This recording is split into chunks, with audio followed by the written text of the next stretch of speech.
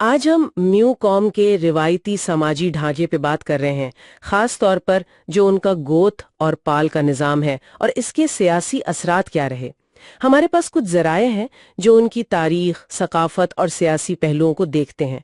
तो कोशिश ये समझने की है कि ये निज़ाम मतलब सियासी तौर पर कैसे फ़ायदेमंद रहा और कहाँ आप कह सकते हैं नुकसानदेह साबित हुआ। जी। और ये बड़ा दिलचस्प है कि एक ही निजाम में ताकत और कमजोरी दोनों चीजें कैसे साथ चलती हैं। एक बात शुरू में ही साफ करनी है।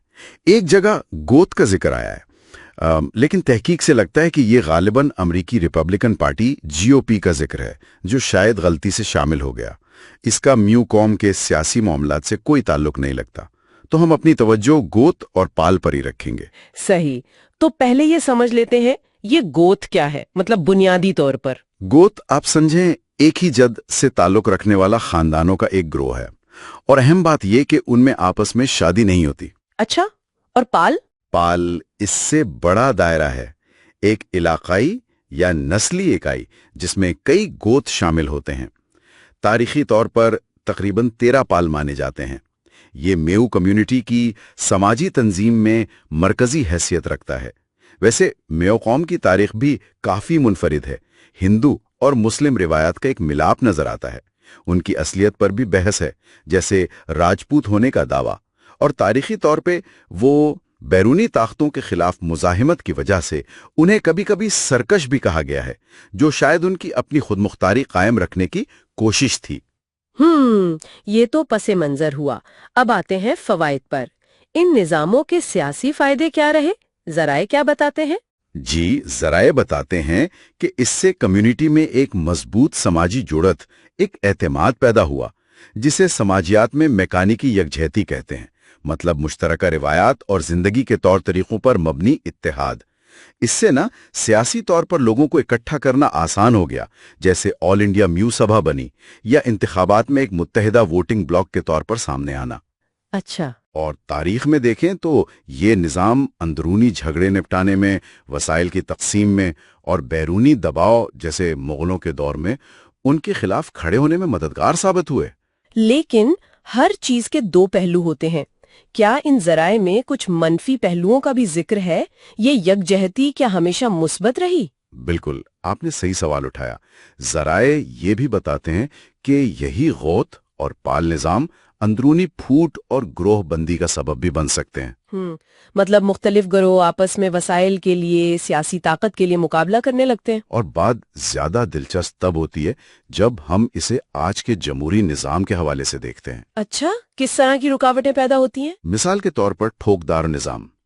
ये जो मुकामी बाअसर लोग होते हैं, ये अक्सर इनफरादी पसंद की बजाय पूरे ग्रोह या पाल की वफादारी की बुनियाद पर वोट डलवाने की कोशिश करते हैं। तो इससे फर्द की अपनी राय कमजोर पड़ जाती है ना? हाँ, ये तो है। इसी तरह अकरबा परवरी, मतलब खानदान या कबीले की सियासत को फरोग मिल सकता है। इसकी मिसालें मेवात में नजर आती हैं।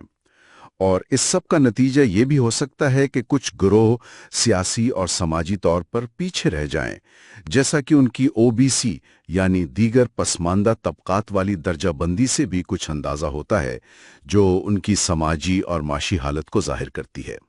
तो मतलब ये अंदरूनी साख्ती मसला है। हाँ, लेकिन यहाँ एक बहुत अहम नुक्ता है जो एक जरिए में खास तौर पर वाजे किया गया है। वो ये कि म्यू कौम को जो बड़े सियासी नुकसान हुए, उनकी असल वजह सिर्फ ये अंदरूनी पाले निजाम नहीं था, बल्कि ज्यादातर बैरूनी अवामिल थे। कौन से बैरूनी अवामिल? देखें, इसमें एक तो लंबी तारीखी महकूमियत है, सल्तनत दिल्ली, मुगल दौर, फिर उनकी सियासी हैसियत आहिस्ता आहिस्ता खत्म होती गई। फिर वो 1932-33 की किसान बगावत थी, उसके असरात, और सबसे बढ़कर 1947 में तकसीम हिंद का जो सदमा था वो बहुत गहरा था। बड़े पैमाने पर हिजरत हुई, जानो माल का बहुत नुकसान हुआ, जमीनें गईं, शनाख्त का बहरान पैदा हुआ। तो ये जो बैरूनी तारीखी वाकयात थे, ये अंदरूनी समाजी ढांचे की कमजोरियों के साथ मिलकर सियासी तौर पर बहुत नुकसानदेह साबित हुए। तो इस सारी बातचीत का खुलासा क्या निकलता है? ऐसा लगता है कि ये गोत और पाल निजाम एक तरह से दोधारी तलवार है। مطلب یہ اندرونی طاقت اور تنظیم تو دیتا ہے، لیکن ساتھ ہی گروہ بندی بھی پیدا کر سکتا ہے اور جدید جمہوریت سے ہمہ ہنگی میں مشکلات بھی۔ بالکل، اور یہ سمجھنا بہت ضروری ہے کہ ذرائع کے مطابق اصل سیاسی نقصان کی بڑی وجہ بیرونی تاریخی عوامل تھے۔ محکومیت، تقسیم کا سانحہ اور مسلسل سماجی اور معاشی پسماندگی، ان چیزوں نے اندرونی مسائل کے ساتھ مل کر حالات کو زیادہ پیچیدہ بنا دیا۔